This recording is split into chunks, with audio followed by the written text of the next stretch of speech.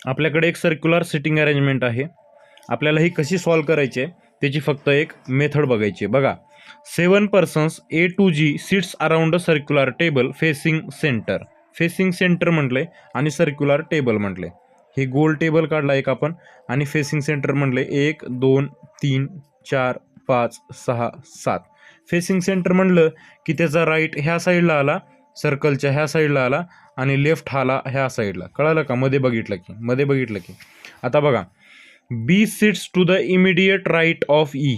आपण ई इथं घेतला, ई मध्ये बघतोय म्हणजे ह्याचा राईट इकडं आला आणि बी इथं आला.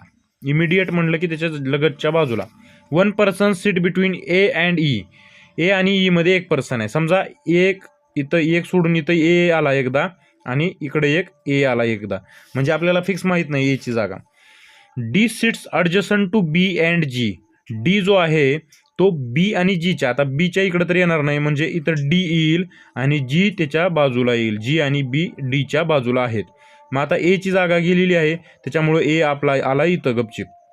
आता बघा परत काय म्हणले बघा, A sits to the immediate right of C.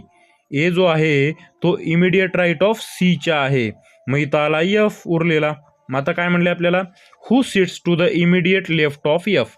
Immediate left of F म्हणलंय म्हणजे इमिडिएट लेफ्टला कोण आहे? ए. म्हणजे याचा आन्सर आहे ए. कळालं? असं सॉल्व करायचं सिटिंग अरेंजमेंट.